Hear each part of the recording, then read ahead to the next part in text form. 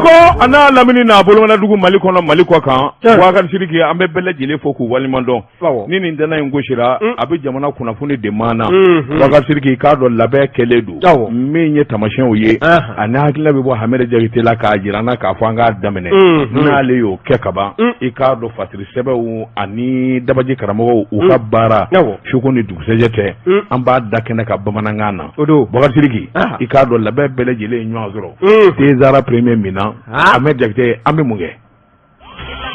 Jɛka pep k'a ka feerefɛnw lakodɔn karamɔgɔ Dɔgɔ Tunkara naam bi ye 11 mai Bob Marley nin don in da an bɛ ka kɛrɛnkɛrɛn ka ɲɛsin a ma an karamɔgɔ ani an ka étage bila ye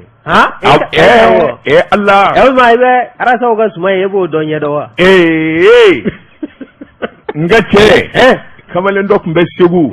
an k'a ma ko pop ni 11 mai Bob Marley ka anniversaire mana se tan o don y'a sɔrɔ i k'a dɔn an kɔni an bɛ fɛn min i ko kabako o y'a sɔrɔ i k'a dɔn ayiwa min ye mayito ye mayito belebeleba in de tun bɛ sangana a Bob Marley ka cassette bɛɛ a b'olu fara ɲɔgɔn kan a bɛ taa Segu kaburu do cɛmancɛ la a ka chaise kelen ni mayito wa fɛn kun y'a kunkolo cɛ fa yɛrɛ de tun bɛ nin na a kelen kaburu do kɔnɔ Bob Marley ka musique a bi si ka jouer fo ka taa dugu jɛ n'a nana sɔgɔmada fɛ an ko ko il est passé à rendre hommage à Bob Marley kaburu kɔnɔ a kelen n tɛ fa ye karamɔgɔ Dɔgɔ Tunkara jouer man ɲi dɛ jouer man ɲi denmisɛnw n'u ma bila Bakari n'u ma jouer bila anw y'a dɔn min b'a la Ala de y'anw bɔ koyi ni dogo k'a min a bɛ dogo k'i wa fa de ti furakɛ denbaw ni denbaw mana wuli pɔnze dɛ walima ko jinɛjugu b'a la dɛ cerveau cira k'a yɛrɛ kɛ a tɛ se ka dilan bilen adamaden siriki n'o jɛni na jouer fɛ baara ban karamɔgɔ Dɔgɔ Tunkara ne ko bala cogo bɛ di Boubacar Sidiki ne bɛ n bolo bugɔ ka don n bɛ bɔ ni sɛbɛn ye sɛbɛn min n'u k'a ma l'indépendant maa min ye sɛbɛnni kɛ a tɔgɔ de ko Ablaye Jara ko karamɔgɔ san min ye ziyara ye i k'a dɔn o bɛ taa kɛ tamani min ye faso ye sabula min ye bangebaaw ye i k'a dɔn minnu dalen bɛ dugukolo jukɔrɔ ka taa kuranɛ kalan kɛ i k'a dɔn Ala ka hinɛ se u ni silamɛsiw bɛɛ lajɛlen ma a kelen tɛ ta san o san ni sirikɛ ye sira minɛ k'a bɛ taa tamani jama lahulata de bɛ tugu a kɔ kalanden jolenw ka taa se n k'i ɲininka ayiwa jɛrɛjɛkulu min n'o b'a dɛmɛ silamɛya baara la n'o ye Ansarudine min ye maa 97 o de kɔni jate minɛna k'a fɔ o de tugura ko ɲina ni ka taa ziyara in na sɛbɛnnikɛla ko min ye kalanden ni kanubaw ye i k'a dɔn awa farafin jamana Asie États-Unis d'Amérique min ye jategina ni jamana o jamana n'i b'a dɔn ko farafin b'a la walima maliyɛn b'a la nin bɛɛ lajɛlen dɔ tun bɛ tamani ka taa fara min ye Ansarudine yɛrɛ i k'a dɔn a ɲɛmaabaw ye ani kalanden jolenbaw i k'a dɔn ninnu bɛɛ lajɛlen tun bɛ kɛnɛ kan sɛbɛnnikɛla ko a ko Adama Sa Nɔgɔ min ye awa Surakata ka taa se awa Surakata Solomani min ye Modibo Jalo ka taa fara ayiwa kɔrɔlenbaw kan ninnu bɛɛ lajɛlen dafalen tun bɛ ayiwa ziyara kɛnɛ ka tamani tuma min ayiwa ni ko ye ɲɔgɔn sɔrɔ labɛn kɛcogo bolo kan karamɔgɔ i k'a dɔn u ye kuranɛ kalanw kɛ o dugusɛjɛ ni ka taa kaburu jura a ko n'i y'a ta k'a lajɛ Ba Madani denkɛ min ye Sayidu Usumani Madani Sherifu Hayidara u taara bonyamasakɛ ni ka ɲɛsin cɛkɔrɔba ma o min kɛra sababu ye k'an karamɔgɔ a ka diɲɛlatigɛ sababu o tɛmɛnen kɔfɛ i k'a dɔn balima wɛrɛ minnu bɛ yen i k'a dɔn bonyamasegin kɛra a yɛrɛ woloba Basitan o fatura a bɛ kalo damadɔ bɔ hakili jiginn'o la ani a yɛrɛ sɔma suru fɔ bɛ yen dugawu kɛra nin bɛɛ lajɛlen maa min ni ko kun jɛra Sayidu Usumani Madani Sherifu Hayidara kunnafonidilaw tun bɛ u y'a ɲininka a ka ɲininkali ani jaabiw kɔnɔ a y'a jira k'a fɔ min ye Mali ye bɛɛ lajɛlen kan k'i damakasi Mali ye bɛɛ lajɛlen kan ka jɔrɔ ni faso ye a ko faso dɛmɛni ani faso damakasi o wajibɛlen don jamanaden bɛɛ kan nka mɔgɔw ka fɛn kelen faamu Mali sɔrɔdasi ta tɛ Mali civil ta tɛ politikimaa ta tɛ diinɛmaa ta tɛ malidenw de ta ye Mali ye wajibi don bɛɛ lajɛlen ka cɛsiri kɛ ka wulikajɔ kɛ jamana in bɛ kisi cogo min n'ale ye miiri k'a fɔ fɔlɔ farafinna bɛɛ lajɛlen ka balo an'u ka sɔrɔ n'u ka makama bɛ bɔ jamana in kɔnɔ k'an ye k'a fɔ anw bɛ ɲini ka kɛ awa kɔfɛmaa ye a ko mankan o kuma Ala deli ani limaniya ani koto ɲɔgɔn tala de bɛ kɛ sababu ye jamana in a bɛ basigi k'a jidi o kuma o dugawu do fana kɛra min kɔni hakilijigi ye Usumani Madani Sherifa Haidara a y'o kɛ kosɛbɛ zamani sɛbɛnnikɛla ko i k'a dɔn min kɔni ye ko kunjɛw ye u taara laban kuranɛ kala ani dugawu la taaba bɛɛ lajɛlen ye san wɛrɛ ta Ala bɛ ɲɛ an ye min bɔ l'indépendant kɔnɔ a ka bi bɔli la karamɔgɔ de b'a wara l'indépendant maaw ka fara fasirojɛkulu kan an b'u bɛɛ lajɛlen fo ko ni misirima ka kɔgɔ binna dugu ma saga nɛnɛ de bɛ dabɔ ni ye n tɛgɛ don ni sɛbɛn bɛ bɔ sɛbɛn minnu k'a ma ko Kanar Déché maa min ka wulikajɔ o ye Falaye Sisoko ye Falaye ko min ye anw ni CEDEAO anw ka sama k'an da ye an ni ɲɔgɔn cɛ ko anw ka jamana cɛmancɛ fanga ɲɛmaaw u t'a fɛ ka bɔda ɲini an ye wa bawo n'i y'a ta k'a lajɛ anw ka minisiri min bɛ yen n'o ɲɛsin bɛ faso Maliba ni jamana wɛrɛw cɛsira taamali ma n'o ye minisiri Ablaye Diop ye ka fara an ka nafoloko ani sɔrɔko minisiri n'o ye économie et finance ye Aluseni Sanu ka taa se an ka taamako minisiri ma Madame Dambele Madina Sisoko ninnu bɛɛ lajɛlen ka fara maaba caman kan kɛla kulu ye ni ka taa u yɛrɛ sɔrɔ Togo faaba kɔnɔna na min ye Togo jamanakuntigi ye n'o ye Foro Ɲasinbe ye ka taa kuma ɲɔgɔnya wa min ye a fana kunkanɲɛ ɲɔgɔn min bɛ Togo ni o ye ministre des affaires étrangères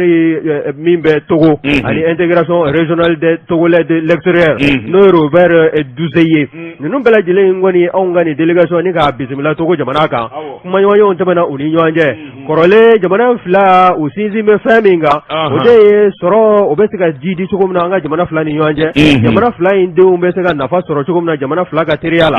kuma kɛla nin kɔrɔfɔta ni ka se kɛla o kan o fana tɛmɛlen kɔ ka bɔ yen kuma min bɛ yen ni sɔnni bɛ se ka sigi a kan o n'o kɛra taama in yɛrɛ kunba ye o de ye ka se ka taa Togo jamanakuntigi n'o ye Foro Ɲasinbe ye k'a kuma ɲɔgɔnya a kuma ɲɔgɔnyalen kɔ gɛlɛya min n'o bɛ anw ka jamana da la n'o de ye CEDEAO ye gɛrɛntɛ min ta ka ɲɛsin faso Maliba ma janvier kalo tile 9 tɛmɛlen san 2022 i b'a ye k'a fɔ o kɔrɔfɔw Foro Ɲasinbe n'o ye Togo jamanakuntigi ye a bɛ se ka wulikajɔ kɛ cogo min na ka kuma ɲɔgɔnya don ani CEDEAO jamanakuntigiw ni ɲɔgɔn cɛ waasa gɛrɛntɛ in a bɛ se ka wuli bawo min ye anw ka jamana ye min Ablaye Diop ka fɔ ye a y'a jira k'a fɔ ko jɔn Ala min ye jamanadenw ye k'u sɛgɛnna u tɔɔrɔ la ko wa ko bɔda kan ka ɲini jamanaden kelenna bɛɛ lajɛlen ye a sela sa jamanadenw bɛɛ lajɛlen kelenna bɛɛ lajɛlen ka se ka lafiya sɔrɔ Mali sigi la min ye CEDEAO ka nin sanction ye u k'a dɔn k'a fɔ gɛrɛntɛ in k'a tɛ dan anw dɔrɔn ma koyi bawo min ye sanction ye a kɔlɔlɔ bɛ se an ni jamana o jamana bɛ taama ka ɲɔgɔn sɛgɛrɛ a b'u bɛɛ lajɛlen sɔrɔ wa min ye Foro Ɲasinbe ye a y'a jira k'a fɔ jamana in ale ka jamana ni anw ka faso Maliba jamana kɔrɔbaw don wa teriya in bila ko tɛ wa n'i y'a ta k'a lajɛ fana min ye anw ka taabolo caman bɛ yen an bɛ ɲɔgɔn sɔrɔ fan dɔw fɛ wa n'i ye jamana in fana lajɛ jamana in k'a kan ka dɛmɛ ko bawo min ye jamana ye fɛn ye nin se anw ma o de ye min ye dantɛmɛwale kɛbaaw ye n'o ye terroriste ye olu ka wulikajɔ san 2012 o de kɛla sabu ye k'an tɛrɛntɛrɛ ka ɲa jɔ nin kɛnɛ kan ko wa ko min ye wulikajɔ ye n'a sɔnna a ma a na wulikajɔ fɛɛrɛ ni dabaliw bɛɛ lajɛlen sigi sen kan waasa min ye CEDEAO ka gɛrɛntɛ ye o bɛ se ka wuli ka bɔ yen cogo min na nin ye mun ye sɛbɛn min n'a y'a sama ka bɔ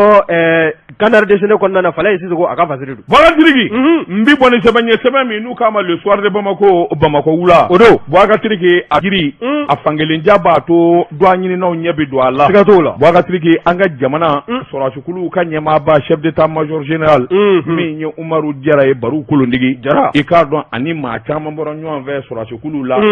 kun da Kigali kan Kigali n'o fɔra i k'a dɔn o ye jamanaba ye farafinna bi min basigilen don kosɛbɛ politiki ni lakana ani hakilisigi yɛrɛ i k'a dɔn o sɔrɔla jamana ɲɛmaaw na min ye Umaru Angoyiba ka fɔ ye a ko nin délégation in bɔra Mali la i k'a dɔn ɲɛmaaya tun bɛ général Jara bolo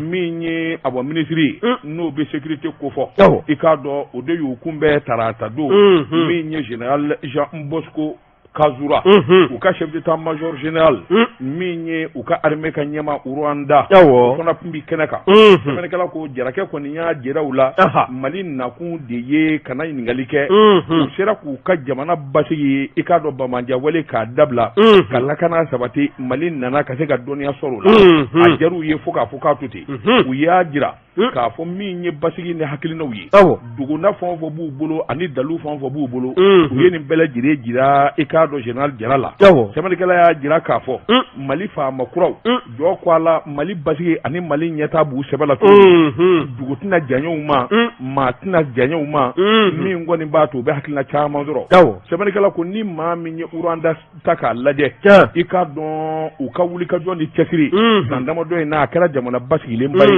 min kɛra sababu ye i k'a dɔn jamana yɛrɛ min n'u k'a ma Mozambique k'olu fana dɛmɛ kosɛbɛ i k'a dɔn a kɛra sababu ye san 2021 i b'a ye k'a fɔ wulikajɔ ni jateminɛ na sɔrɔdasi caman de wulikajɔ kɛ i k'a dɔn Centrafrique fana i k'a dɔn min se k'a to basigi ani kelenya bɛ sabati o jamanaw na o baara ɲuman min kɛra a sɔrɔdasikuluw fɛ u y'a kɛ kɛcogo jumɛn in na dalu jumɛn b'u bolo général Jara a taa kun ye nin ye tuma min n'u ni yen faamaw kumana sɔrɔdasi faamaw Jarakɛ y'a jira k'a fɔ jɔnko a la u nana kalan bolo kɔnɔ min kɔni kɛra sababa ye sabula i k'a dɔn u ye dɔnniya caman sɔrɔ kunnafoni caman dir'u ma min kɔni b'a jira k'a fɔ jɔnko a la u ka sɔrɔdasikuluw cɛsirilen don Mali a sɔrɔdasiw ka wulikajɔ ni cɛsiri tile 2 in na sanayɛlɛ min sabatira nin kɔni bɛna kɛ sababu fara i k'a dɔn u ka basigi ni sanayɛlɛ kan sabula i k'a dɔn kalanbulon ni maa i k'a dɔn don o don a batulo bɛ taa kalanso nin ko kura minnu kɔni faralen filɛ u ka ko kan o bɛna kɛ ko dafalan ye min b'a to jamana yɛrɛ bɛ basigi cogo min na nin kun ye sɛbɛn ye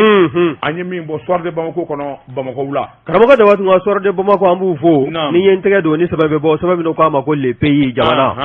pays maa min ka fasiri ye nin ye o ye Ibrahim Jite ye Ibrahim ko k'an dɛ Union nationale des travailleurs du Mali ni a ɲɛma régional ye o ye Yakuba Katile ye Katile ko k'a baara ta ko Sogɛl Dr Sogɛl Kokala Mayiga anw ka cɛmancɛ fangabulon ɲɛma k'a k'i janto a ye kɔrɔfɔ minnu fɔ yan'a bɛ kɛ premier ministre ye a k'i janto a dalakan na bawo n'a janto ma kɛ waatiw taalen ɲɛfɛ i b'a ye k'a fɔ kɔrɔfɔ ninnu caman bɛ sɔn ka a yɛrɛ minɛ koyi bawo n'i y'a lajɛ Katile ka fɔla a ko olu ye laɲini caman kɛ wa u ye wulikajɔ caman fana ɲɔngiri k'a sabu kɛ CEDEAO ye gɛrɛntɛ min ta kabi janvier kalo tile 9 san 2022 ka ɲɛsin anw ka jamana ma u kɔni maa o maa bɛ yen n'o ye kuluw ye n'o b'u ka centrale syndicale kɔnɔna na o y'a jir'u la k'a fɔ nin tɛ fɛn ɲini waati ye nin tɛ laɲini kɛ waati ye ka ɲɛsin jamana marabaaw ma ko wa ko ni janto ma kɛ n'i ko i bɛ laɲini kɛ nin furancɛ kɔnɔna na a laban fasodenjuguya o kɔlɔlɔ n'o tɔgɔ o bɛ tali ka ɲɛsin ma o kɛla sabu ye bɛɛ lajɛlen kɔni ye ka laɲiniw ɲɔngiri sa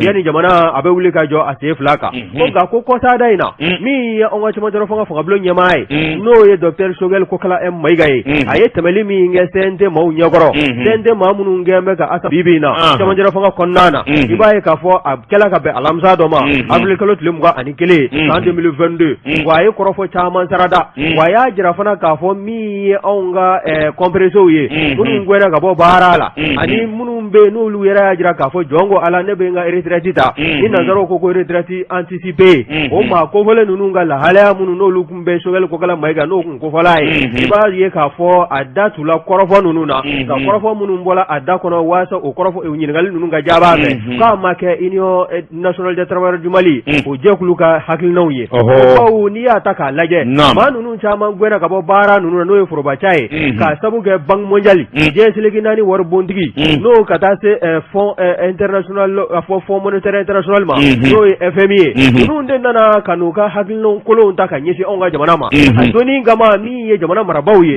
olu sɔnna a taabolo ma waasa o bɛ se ka nin jɛkulu 2 ka nafolo sɔrɔ cogo min na ka baara kɛ nin ye a taara wolo dutigi caman de ka baara bila la caman gɛnna ka bɔ baara la olu de welela ko compresew ko wa ko n'u ka hakɛ n'a ma lajɛ ji ɲɛma jɔlen na joona k'a bɛna kɛ kɔlɔlɔ ye jamana in kɔnɔ u ma joli don minnu kɔni bɛ yen n'olu sala sɛgɛn kɔnɔna na u ma joli don dɔrɔmɛ 1 ma sɔrɔ ka ordonnance san u banalen kɔfɛ o bana kɛla sabu ye ka taa n'u ye lahara ko ni kɔfilɛ ma kɛ u la Yakuba Katile ka fɔla k'a bɛ kɛ gɛlɛya ye ko bawo n'i y'a ta k'a lajɛ ale yɛrɛ Yakuba Katile ku min filɛ nin ye ka fara INTM jɛkulu kan olu ye toicɛ min sɔrɔ Sogɛl nɔfɛ k'a sabu kɛ ko a bɛ M5 RP jɛkulu kɔnɔna na k'olu de kɛla sabu ye ka Elhaji Ibrahim Boubacar Keita Ala ka hinɛ a la k'a ka fanga ni k'a dafiri n'a fɔla ko o maa kelen n'o sugandila k'o kɛ cɛmancɛ fanga fangabulon ɲɛmaa ye n'o ye premier ministre ya jɔyɔrɔ tala ka di a ma olu minnu n'u hami bɛ u la olu bɛɛ lajɛlen faralen ɲɔgɔn kan ka wuli ka jɔ kɛ ɲɔgɔn fɛ boulevard de l'indépendance la n'olu ka tɔnkɔnɔdenw hakilina n'u ma ɲɛnabɔ n'a bɛ kɛ fiɲɛ ye ko bawu tɔ cɛ maanifin n'a ma ɲɛ k'i tɔ bɛ cɛ kini ka sogo nɔfɛ a ka sɔrɔ i da kɔnɔ walima a b'i tɛgɛ kɔnɔna n'i y'a ta k'a lajɛ min ye Ibrahima Jite ka kɔrɔfɔ ye halisa a y'a jira k'a fɔ ko Yakuba Katile ko k'u ye laɲini min kɛ ka ɲɛsin premier ministre ma bawo u ye lettre kɛ n'o nanzaraw ko correspondance ka ɲɛsin a ma u ye foli ta ali foli ni tanoli ta ka ɲɛsin a ma u ye lettre kɛ nanzaraw ko correspondance a tuma lettre ye bamanankan de ye u ye lettre kɛ ka ɲɛsin a ma nin kɔni bɛɛ ye kelen u ye lettre kɛ ka ɲɛsin premier ministre ma min kɔni kɔrɔ ko u y'a laɲini ka min ye kɔdi ye n'o ye baarakɛ bolo dɔ bɛ yen ni a bɛ wele ko bureau de placement privé n'o ye BTP ye bakurunba la o kɔrɔ ko n'o sariya bolo minnu bɛ o kɔnɔna na o ka se ka kɛ hakili jagabɔ ka ta ni ka o kɔrɔ ko ni ka o sɛgɛrɛ wa a taabolo wɛrɛw fana bɛ yen minnu kɔni bɛ yen n'u bɛ ka minɛ san 2014 ka se 2019 ma maa minnu bɛ yen n'olu ka sara ni dɔ tun kan ka fara a kan o ko ninnu fo ka taa se san 2021 ma o ko ninnu bɛɛ lajɛlen bɛ bisi baasa la UNTM a kɛn bɛ k'i ɲɛ gɛnɛ bɔ premier ministre n'a ka ministre la waasa furaka bɛ se ka sɔrɔ o la cogo min na nin ye mun ye sɛbɛn min n'a y'a sama ka bɔ le pays kɔnɔna na Ibrahima Jite a ka fasiri don Boubacar Sidiki maa min ka baara mana kɛ kaburuse ye n'i sigiɲɔgɔn banana a t'i bali ka taa a nɔgɔya da ye siga t'o la Boubacar Sidiki n bɛ n bolo Boubacar don ka bɔ ni sɛbɛn ye sɛbɛn min n'u k'a ma l'indicateur de renouveau Boubacar Sidiki i k'a dɔn sɛbɛnni kɛba a to a de ye ko o de a ko i k'a dɔn Papa Mambi Keita mun bɔnɛ binnen bɛ Papa Mambi Keita kan i k'a dɔn a wulikajɔ ni cɛsiri sariyatigiw balannen don a la bi kɔni i k'a dɔn ni poursuit dandama min ye tɔgɔ duman sɔrɔ jamana in kɔnɔ a ye wulikajɔba kɛ jamana in kɔnɔ a ye baara ɲuman caman kɛ i k'a dɔn a hinɛ kun a jɔrɔ kun bi jamanadenw na kosɛbɛ a ɲɛnafin kun bi jamanadenw na Papa Mambi Keita a kun ye jamana yɛrɛ bila ala ni gɛlɛyaw kun y'a sɔrɔ waati la ni ka Faransi jamana sɛgɛrɛ tile fila in na i k'a dɔn a segira nka a segilen kɔni ni sababa ma bɛn sabula gɛlɛya caman de talen ba k'a sɛgɛrɛ min ye jamana sariyatigiw fɛ yen sɛbɛnnikɛla ko a ko yalima mun de don a ko n'i y'a ta k'a lajɛ ni hakili b'a la an baarakɛɲɔgɔn min bɛ yen Burama Ture i k'a dɔn o tununa a bɛ ni ka san 6 bɔ Burama Ture kɔni i k'a dɔn a bɔ sɛbɛnnikɛla kun don kunnafonidi sɛbɛn min n'u k'a ma le Sphinx min ye Fasiri Darame ye o baarakɛɲɔgɔn kun don Papa Mambi kɔni don jamana kɔnɔ min ye kiiritigɛlaw ye olu y'u bolo maana bɔ a nɔfɛ kabini juma tɛmɛnen mɛ kalo tile 6 tɛmɛnen i k'a dɔn ayiwa min ye tribunal de grande instance min ye commune 6nan a b'o de kofɔ l'épervier du Mande o y'a kamalen do a ye min ye Mande Suba ye Mande Nzɛgɛ sɛbɛnnikɛla ko a bɛ Papa Mambi Keita sabula a fɔra ko jalaki sɛbɛn dɔ bilalen bɛ Dawuda tɔgɔ dɔ fɛ Dawuda tɔgɔ in ale de kun y'o to a fɔ k'a fɔ o kɔni y'a sariya ale ye k'a fɔ min ye ayiwa Burama Ture ye a y'a su ye i k'a dɔn kɔlɔn dingɛ dɔ kɔnɔ o kuma min kɔni fɔra Papa Mambi Keita fɛ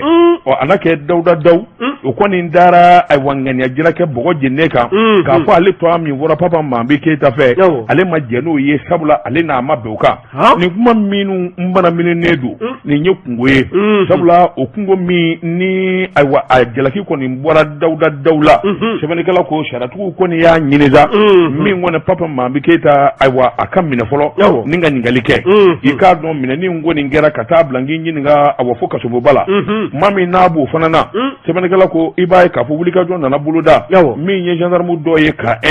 olu fana kun nana tuguni kasoboba la k'u bɛna Papa Mambi nɔfɛ sabula jalaki wɛrɛ bɛ yen k'u bɛna taa a ɲininka o la min kɔni kasoboba ɲɛmɔgɔw ye olu kɔni ma jɛ n'o ye sɛbɛnnikɛla ko o kɔni kun bɛna dɔ fara dɔ kan a ko n'i ye kow ta k'u lajɛ min ye Dawuda Daw tɔgɔ in ye o kɔni n jɛ n den n'a ye abada k'a fɔ ale ka jalaki sɛbɛn ye ko ɲinaka ko ka walima ka bila wa o jɛ n den n'o ye a ko min ye ayiwa Ture n'o ye an baarakɛɲɔgɔn Burama Ture san 6 bi maa si t'a taabolo dɔn i k'a dɔn kuma caman kɔni fɔra i k'a dɔn a ko kɔlɔlɔ a kungo ye maa caman dɔrɔn sɛbɛnnikɛla ko ni hakili b'a la min ye kɔsa in na colonel Cheikh Umar Njaye i k'a dɔn o welela ka t'o fana ɲininka sabula i b'a ye k'a fɔ hakilina dɔw bɛɛ ani ɲininkali wɛrɛw bɛɛ minnu kɔni a n'olu barika ka bon kosɛbɛ maa caman kɔni y'a jateminɛ min ye Burama Ture ka nin ko in i k'a dɔn a gɛlɛya bɛna yɛlɛ maa caman na sabula min ye fasiri Adama Darame kabini don min ko in kɔni kɛra kana bila bila Adama Darame kɔni ma lafiya sɔrɔ sabula dongo don a bɛ se ka kuma k'a bɛ taa ka segin min kɔni ye seereyaw ye Adama Darame yɛrɛ y'a jira k'a fɔ ale y'o seereya dɔ sɔrɔ kile IEBC kan kile USB kan min kɔni dira a ma min kɔni a wa daw tɔgɔ in ye i k'a dɔn o kɔni b'a fɛ k'e cɛ ka bɔ a wa hakilina minnu ani kuma minnu bɔra o de Papa Mambi Keita ka gɛlɛya ye l'épervier du Mandé Burama Ture ka tununi i k'a dɔn a na da dana ye sabula a kungo n'a wuli ka jɔ a yɛlɛla maa caman na i k'a dɔn ni hakili b'a la Musa Jawara min n'o kun ye sécurité d'état ɲɛmaaba ye IBK tile la o ye gɛlɛya sɔrɔ o tɛmɛnen kɔfɛ ayiwa min ye Abdul Niang ye o fana ye gɛlɛya sɔrɔ a ko in na ka taa se i k'a dɔn maa wɛrɛ caman ma min yɛrɛ kɔni minɛna ka du kaso la sɛbɛnnikɛla ko jamanakuntigi kɔrɔ denkɛ min ye Karimu Keita ye o yɛrɛ b'a kɔlɔlɔ nɔfɛ kosɛbɛ sabula saratigiw kelen bɛ ka juru d'a ɲɛ k'a fɔ ko min ye mandat international mana ye diɲɛ yɔrɔ yɔrɔ a ka minɛ kana sabula Burama Ture i k'a dɔn fara a tununa a tɔgɔ bɛ ko in na sɛbɛnnikɛla ko yanni nin ko in kɔni ka jɛya ka se k'a ɲɛdɔn a ko a bɛ gɛlɛya kosɛbɛ saratigiw ani sɛgɛsɛgɛlikɛlaw olu kɔni b'u sɛbɛ kɔrɔsɔn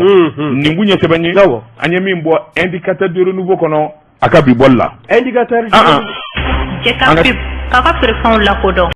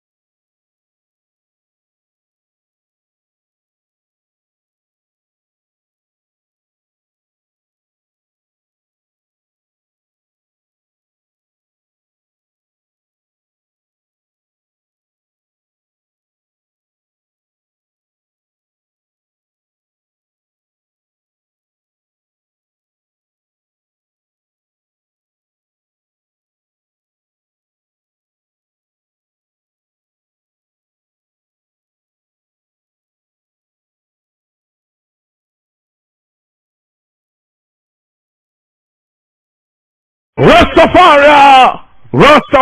bomare return when again bogar ibuludu no andi dabide ni nyefengo wulle de inveta aiwa ni majira ga foke kumbe fengo no do temena senge ni nyani bi jelde la kulushi ni ngele jini kulushi fera de kumena ga alande arasa ya fe anyara sa guluba ko guluba ne de la ka nga jini pandolo ba ka dan nga ngugola ngomengo ayar asina ka yuru kana jo ase fla ka techa anogo jugu ibolo ko do watungara nene ndega do ni sabambe bo sabambe no ga mako info matin so badala kuna foni info matin na ndara ni mami nga fasire o ye Christel koneye Christel jalani ngomu Christel ko mi ko ngata commune rural de Falo la de Falo commune rural o maire mi ni asugandili kala ni sondia ni CY no ye mamuru ebwaraye ko mamuru ko matlaga ken woni ye Falo ka belejele sina wa bawo ni ataka laje ala na kan ngana mu akadu gulu ngana mu anaka yoro fere ayira mati ka turate ma nyininga ko bawo kale mere ko na kembe gele abilibili abe sancha mambo Falo dugumuga ani segi odun zigi mbe ni ka kono wo bala ka lanyini bawo mi ye Falo be se ka bo mere intege sonina asoni goro choko mina o bala ko feletige wa o feletigeli o bara nyeblo kela ejumatemele ni ngoni ngera tamaye Falo cheni muzo demzani mabagoro belegele mbola ka Falo bolo umene ko ganu songo ya nika ojira pangartu be ubulo fininguru bobulo no bandrolu yi mi o ganu songo ya o keme ko sebe oka mi mba jira ka fo Falo meri anti fetugu iga ta ka bwanga merila wasa onga jama mi yanga duguye abese ka nyoga fori togomina bawo ni ataka laje mi yo mamuru bware ko Falo commune rural meridu ana no fe mamunu be no lugube dibidibe wolo ke Falo etwala ka soro Falo ga donte akalama akoko na keme gele ya belebele ye mi ye Falo jeunesse oluga jekulu nyamai no ye Sulmane Kulubali ye ye tama ge tama tara kunje komanda ka daga yorola o ye sebendo tani go di komanda ma la yine nunu gonna na bawo Sulmane Kulubali afo aselengo e bai ka fo aye sebevrai aye akala Sulmane ngelengo ga sebendo nunu ngala aya jira ka fo Falo ga de kelna belejile kumagadu gerengere yana mi ye demsala kauye o be fe mi nyini komanda fe o de Falo meri kabi annana meri kuna kana bugo uga tama doi na juma do ibaye ka fo foi ma ya ko ni jige warote dugolo be ngana ma fe ka fere to mina abo dugolo ngana muti ani ma kontara jutani mache wa mi ye Falo era ganyeta ku ala ni Falo meri ngana mu sababula Falo ata aganyeta ku odo mengala mana ni ye mamuru buare ga tabolo takalaje kwa mage sabuye ga dugudo bla nywana wa ina fo kama dugumi be na be wele ko kama oni dugudo be na be wele ko king ulu ko ni bla la nywana ka sabuge ko bolo doye wo temelengo ka boy flana mi no be da oka romani ga nyafolila ode ye kere jokulu mi be na be wele ko ONG aprofem ulu kunna na ka dugolo do ko ni laje Falo kon nana ko ken na ko dla ko di ambala ka uma we ba ye Falo meri anana do ko fanana ko dugolo ndaraki ka bo ambala ka nunu bolo nunu bala jele kumbe tamakela nunu na ko ga dusuma ka sajira wani ya taka laje dugu munu be bibi na nu bala ka ngoye nyimi Falo meri no fe no ye mamuru buare adugu odobe talike kombala bugula mi ye tomgoro buguye obe ala katase bugu kurama mi ye muruba buguye ko katase muyanama mi ye kombala buguye nunu bela jele ngoni ngeme katase Falo erama bela jele ngoni ya jira ka fo heleni mi ye buare no ye mamuru buare ye Falo commune rural maire ba akata ka bo udala bawu dugolo fere sate ibena Falo era nyeta ku mi ndo ngalamana ulu ka wulika jo nye shimbe uma kali kosa daina mi ye meri ya do saosa ube hagli jaga boke baro la sigi mi beke meri konnana conseiller fe ka se ka programme do sigi singa mi meri mugo be ubamba ukan wasa mi ye komini aka yiri wali be se ka bolo da chuko mina ni abe wele ko PDC gi ni ya ta ka laje o hagli non tale ko mamuru buare fe min ye maa 17 conseiller la olu ko k'u sen tɛ a la maa 8 min n'olu y'u ka award di a ma dɛ a b'a la ka baara kɛ n'u kun tilenna ye e nana jamakulu to a la e tilala ka taa maa dɔw kɔni woloma k'o gɛrɛ i yɛrɛ la minnu n'i ye kun tilenna ye i b'a la ka baara kɛ ni olu de hakilina ye n'o hakilina tɛ ɲininkali kɛ bali kɔsada in na a y'i bila dugutigi jɔyɔrɔ la ka taa min ye addiction dɔ ye n'o de ye ka taa forage dɔ ɲini ni dugutigi to a ye k'a sɔrɔ dugutigi t'a kalama ka se ka taa o forage o fana sigila yɔrɔ min i b'a dɔn wa o yɛrɛ a ka dugu dɔ ye dugu min ni a yɛrɛ bɛ o kɔnɔna na n'a bɛ munumunu salo kɛ ye n'i y'a ta k'a lajɛ Falo maire wa n'o ye Mamuru Buhari ye ko ni nin ma gɛn ka bɔ ye bawo min ye Falo commune rurale denw ye u ko ka autorité intermédiaire dɔ sigi u ka Falo commune kɔnɔ yani élection kɔrɔ bɛ se ka sigi sen kan cogo min na nin ye wele sɛbɛn min n'a y'a sama ka bɔ info matin kɔnɔna na Christelle Kone a ka fasiri don Wagasirigi a bɛɛ ta i k'a dɔn ko ni ngurunin bɛɛ nin bɛ sigi ɲɔgɔn ni ɲɔgɔn cɛ kuma kungurunin ye siga t'o la Wagasirigi n bi bɔ ni sɛbɛn ye sɛbɛn min n'u k'a ma le hogon sɛbɛnbura nin y'a boliko siɲɛ 250 Amidu Togo a ka fasiri don Yohani Seydou joni b'a fɛ ka gɛlɛya jidi dugu min n'u k'a ma ko Bereli Yohani Seydou k'a dɔn Bereli gɛlɛya kɔrɔ bɛ yen awa min ye a bɔ foraji ba dɔ sennen bɛ yen gɛlɛya kɔrɔ dɔ b'o nɔfɛ dugudenw bara k'a ɲini ka bɛɛku la o ni dugu ɲɛmaw i k'a dɔn o gɛlɛya bi senna tuma min i k'a dɔn min ye kiiritigɛla kuntigi ye kiiritigɛla kuntigi kɔni o t'an bi Seydou ko la k'a tɔ bɛɛ lajɛlen nɔɔni sɛbɛnnikɛla ko a ko ŋunuŋunu y'a jira k'a fɔ a bɛ ne ka dɔ a kun bɔ samedi tɛmɛnen nin kalo tile 30 i k'a dɔn ayiwa cidenw dugutigi ka cidenw ka bɔ Bereli i k'a dɔn a y'u ci ka taa n ɲininka ayiwa Koro u se Koro k'u bɛ taa ɲininkali kɛ o yɔrɔnin bɛɛ lajɛlen la ayiwa kiiritigɛla sina ka ci bila ten ko k'u bɛɛ lajɛlen minɛ k'u datugu kaso la yan'a segin waati cɛ. Sɛbɛnnikɛla ko i k'a dɔn nin nana dɔ fara ko gɛlɛya kan a ko nin ko in yɛrɛ nana nacogo min na a bɛ adamaden kamana gan fo k'a fɔ k'a to ten sabula min ye a lamini bɛɛ lajɛlen kiiritigɛla kuntigi min bɛ yen i k'a dɔn ale bɛ koro fangaba b'a la a ko jumadon dɔ avril tile 29 san 2022 i k'a dɔn civil dɔw de nana ɔ min kɔni tubabu marifa in ye i k'a dɔn o b'u bolo u bɛ mobili dɔ kɔnɔ fana min tɛ sɔrɔsi mobili ye polisi mobili tɛ u sina ka na jigin Bereli jiginne Bereli i k'a dɔn ayiwa min ye Bereli yɛrɛ ye a dugu yiriwalen bɛ kosɛbɛ sabula maa min bɛ a bɛ maa ba 4 bɔɲɔgɔnko bɔ sɛbɛnnikɛla ka fɔ la u y'u tile o yɔrɔ bɛɛ ayiwa gindolakaw ka du kɔnɔ i k'a dɔn min ye dutigi ye ka t'o ɲininka a denkɛ dɔ la tuma min n'u y'a ɲininka denkɛ la dutigi ko k'ale tɛ denkɛ in yɔrɔ dɔn i k'a dɔn cɛkɔrɔba kɔni a ka jaabi kɛr'o de ye mɔɔw tora ka ɲɔgɔn ɲininka kelen kelen ɔ nin jahadi tile in na jahadimaw bi bi mɔgɔ ka nin jogo in de la jama tora ka caya kelen kelen i k'a dɔn awa ciden ninnu n'u bɔra Koro ka na dugutigi denkɛ n'a man jugu dɔn nin jamakulu in u laban ka na taa bi an ka sabula jamana man ɲi o yɔrɔ bɛɛ u y'u kunda dugutigi ka yɔrɔ kan min ye Asana Gindo ye u taalen dugutigi ka yɔrɔ la dugutigi yɛrɛ ja tigɛra sabula ale ɲɛ bɛ ninnu na marifa b'u bolo u bɛ civil de la salamakun bilalen i k'a dɔn ayiwa jahadi tile in na maa si dan tɛ si la i k'a dɔn sɔrɔ k'u yɛrɛ jira dugutigi la k'a fɔ olu nanen don ci la u nanen kun don kamalen dɔ ɲini u taara u ka so komi jama taara u b'a ɲini dugutigi fɛ dugutigi kɔni k'u mago to ayiwa ka se ka kuma dugudenw fɛ u ka bɔ ka t'u ka ci la hɛrɛ la dugutigi ko i k'a dɔn jɔ ko a la an bɛ yɔrɔ min ko bi i k'a dɔn aw si ma dɔn nin hakilina ninnu ni nin dafa in dugudenw tɛna se ka faamu o tuma a y'a yɛrɛ ta joona ka bɔ dugu kɔnɔ yan'a ka taa gɛlɛya sɛbɛnnikɛla ko i k'a dɔn ko nin gɛn min ye wulikajɔ ni jateminɛ ye dugutigi laban maakɔrɔbaya ye hakili ye a nana maa 2 wele k'olu ci sa k'u ka taa Koro ka taa ɲininkali kɛ faamaw la yalima maa damadɔ minnu kun nana ayiwa ale ka dugu la u nana dɔ ɲini a ka se k'a ɲɛdɔn yalima ayiwa kana tigilamaw de don wa yalima maa sugu jumɛn don sabula u si ma dɔn jahadi tile in na i k'a dɔn ayiwa min ye jamana ye bɛɛ lajɛlen ye sɛgɛnama ye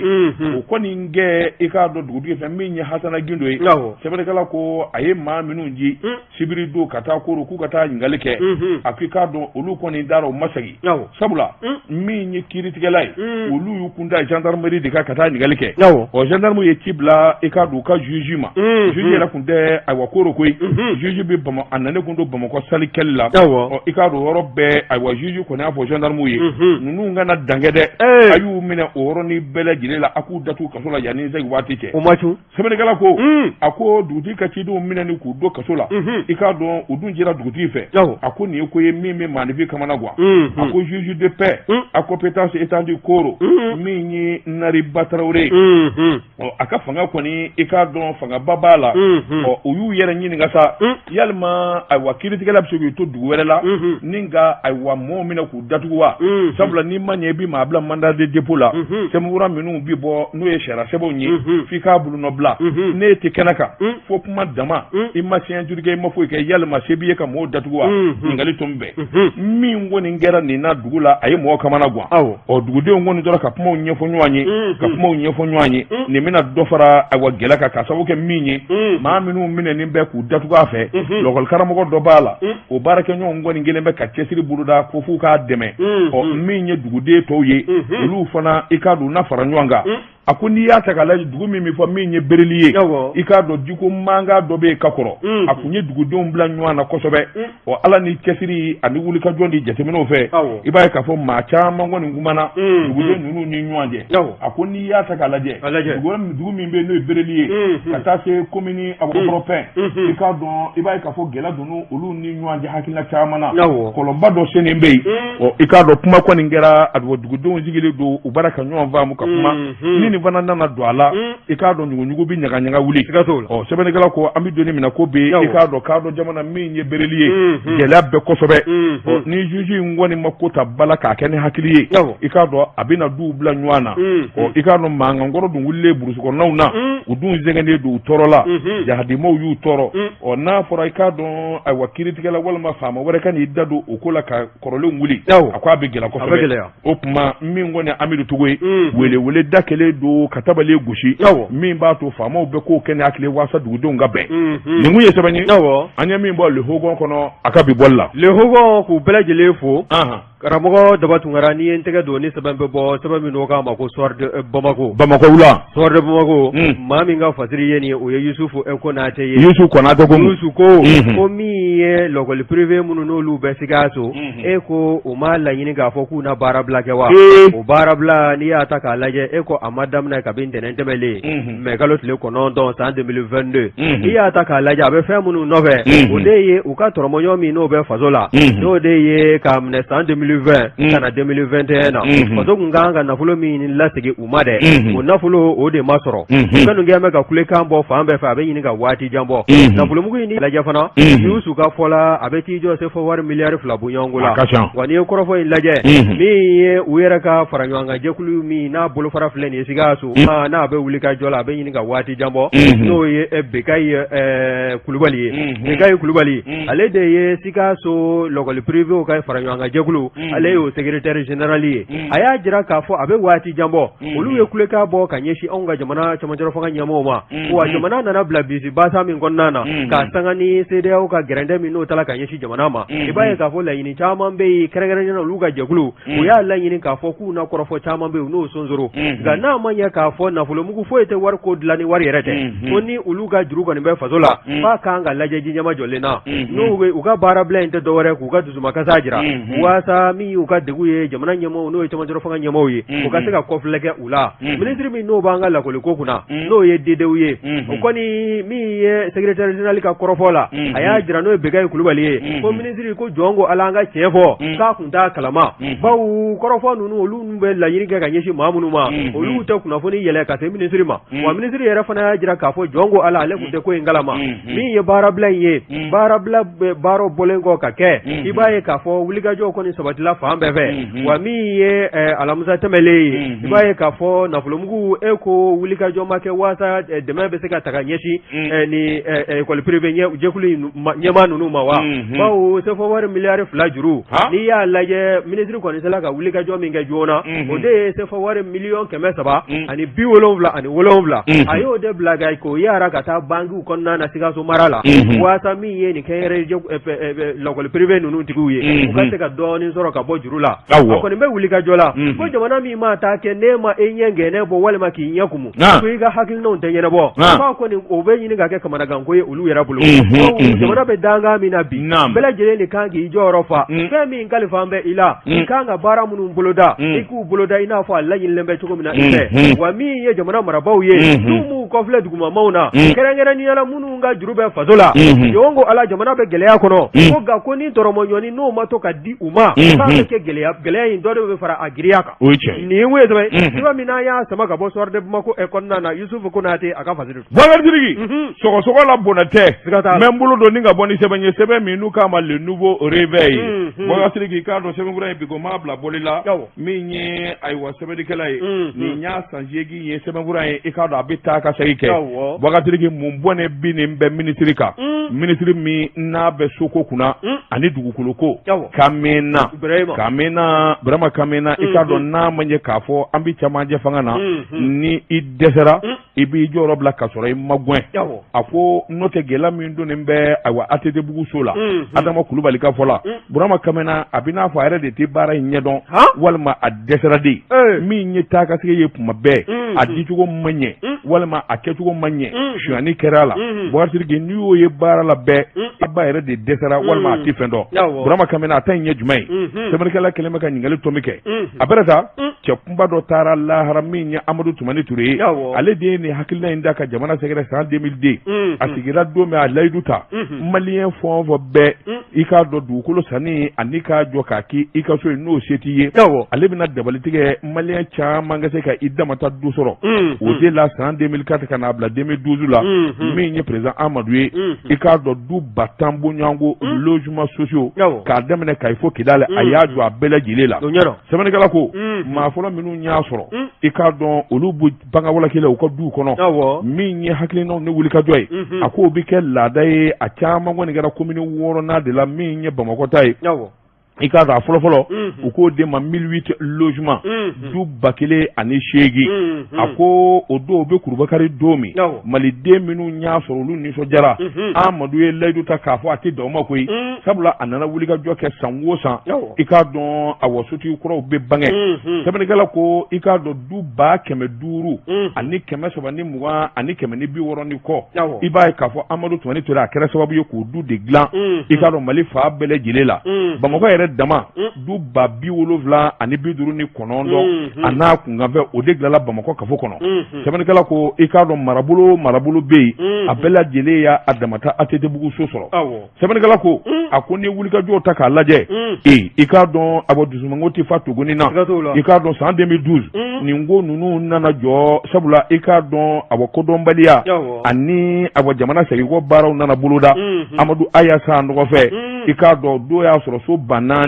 i k'a dɔn olu dilandi bɛ senna o laju talen don tabakɔrɔ sɛbɛnnikɛla ko Amadu kɔni bolo bɔ a la i b'a fɔ ko danga wɛrɛ Mali dugukolo ko ani ATT so a ko bɛɛ lajɛlen sina ka na ɲɔngiri k'a ɲaami k'u don ɲɔgɔn na so 14 sɛbɛnnikɛla ko i b'a ye k'a fɔ jigikun dalen don kan min ye wulikajɔ ni jateminɛw ye i b'a ye k'a fɔ Amadu kɔni bolo bɔ fanga na maa min bilala nɔ na i k'a dɔn Ibini Bukari Keyita so fɔlɔ minnu kɔni n'a fɔra ko olu bɛ di don a wa gɛlɛya ni nganamu kumaw daminɛna i k'a dɔn saliya nana maa caman minɛ nin ko in tɛ kɛ jelenyala bilen a ko segira kɔ i k'a dɔn a gɛlɛyara camancɛ fanga dabɔkun de ye k'o ɲɛnabɔli ka k'o jateminɛ tiɲɛ don min ye camancɛ fanga ye ko caman ɲɛna nka dugukolo ko kɔni i k'a dɔn hali bi o ma se ka ɲɛnabɔ maa min b'a kunna kɛmɛna in kɔni a ye to a tiɲɛ ba sɔrɔ a dira fɔlɔ a ko a ma ɲɛ u segira a kan a dira ko kura o ɲaami yɛrɛ jugura ka tɛmɛ kɔrɔlen kan o tuma kɛmɛna bɛ mun den nɔfɛ minisiri min n'a bɛ dugukolo ko kunna sɛbɛnnikɛla ko a ta in kɔni kɛra dɛsɛ da ye sabula ni a wa jamana ɲɛmaw min ye Choguel Kokala Mayiga ka taa se président ma n'u m'u cogo dɔn minisiri dɛsɛlenw k'u sen b'u sen na u laban o laban i k'a dɔn ka to a tiɲɛ ani gɛlɛya barika bɛ bonya camancɛ fanga don bɛɛ lajɛlen ɲɛbɛ ko la maanifin dun bɛ kuma nin kun ye sɛbɛn ye an ye min bɔ le nouveau réveil kɔnɔ a ka bi bɔli la karamɔgɔ Daba Tunkara bilen ya a dafara sa o e tɛ kuma bilen ya nin dafara Bakari waati n'a ka waati ma se i k'a dɔn bi ta an b'a bila yan